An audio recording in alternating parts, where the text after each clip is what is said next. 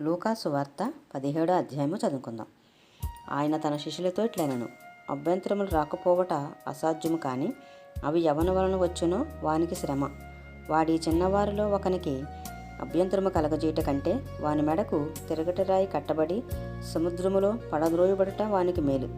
మీ విషయమే మీరే జాగ్రత్తగా ఉండుడి. మీ సహోదరుడు తప్పిదము చేసిన ఎడల అతను గద్దించుము. అతడు మారు మనసు పొందిన ఎడల అతని క్షమించుము. అతడు ఒక దినమున 7 మారులు నీ ఎడల తప్పిదము చేసి 7 మారులు నీ వైపు తిరిగి మారు మనసు పొందితనని ఎడల అతను క్షమింపవలెనెను. అపోస్తలులు మా విశ్వాసము వృద్ధి పొందించుమని ప్రభుతో చెప్పగా, ప్రభు, మీరు ఆవగింజంత విశ్వాసము గలవారైతే ఈ కంబళి చెట్టును చూచి నీవు వేళ్లతో కూడా పెళ్లగింపబడి సముద్రంలో నాటబడమని చెప్పినప్పుడు అది మీకు లోబడును. దున్నువాడు గాని మేపువాడు గాని మీలో ఎవనికైనా ఒక దాసుడుండగా వాడు పొలంలో నుండి వచ్చినప్పుడు నీవిప్పుడే వెళ్ళి భోజనము చెయ్యమని వానితో చెప్పునా? చెప్పడు.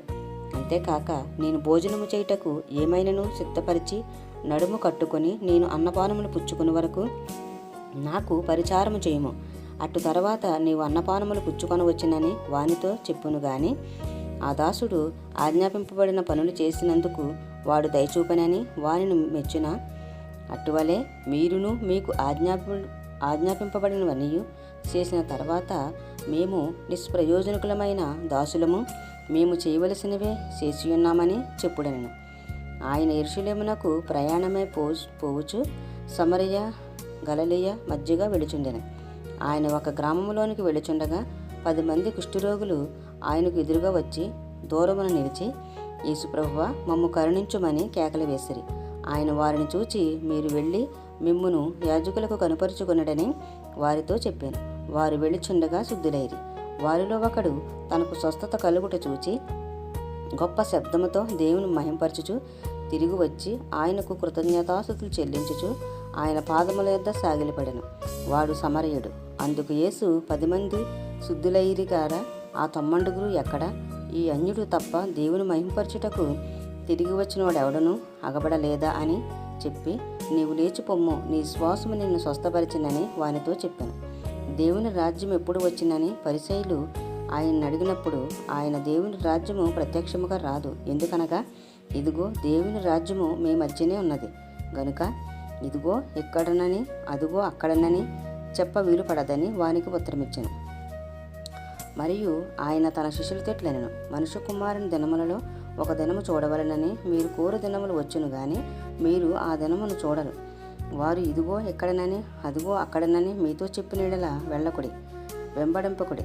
ఆకాశము క్రింద ఒక దిక్కు నుండి మెరుపు మెరిసి ఆకాశము క్రింద మరి ఒక దిక్కున ఎలాగో ప్రకాశించునో అలాగున మనుష్య కుమారుడు తన దినమును ఉండును. అయితే ముందుగా ఆయన అనేక హింసలు పొంది ఈ తరము వారి చేత ఉపేక్షింపబడవలెను.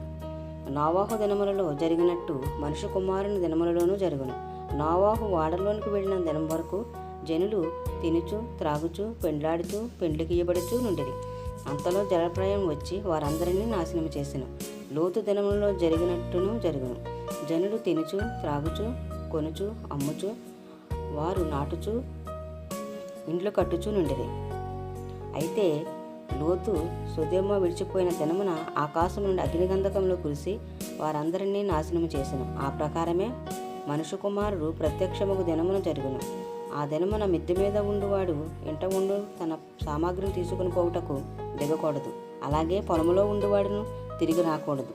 లోతు భార్యను జ్ఞాపకం చేసుకొని తన ప్రాణమును రక్షించుకొని గోరువాడు దానిని పోగొట్టుకును, దాన్ని పోగొట్టుకునివాడు దానిని సజీవముగా కాపాడుకొనును. ఆ రాత్రి 2 ఒక మంచం మీద ఉందురు. వారిలో ఒకరు కొనుపోబడను, ఒకరు విడిచిపెట్టబడను. 2 స్త్రీలు ఒక తిరగలి విసురుచుందురు, ఒకతే కొనుపోబడను, ఒకతే విడిచిపెట్టబడినను. శిష్యులు, ప్రభువా, ఇది ఎక్కడ జరుగునని ఆయన అడిగినందుకు ఆయన, పీనుగు ఎక్కడ ఉన్నదో అక్కడ గద్దలను పోగవునని వారితో చెప్పాను.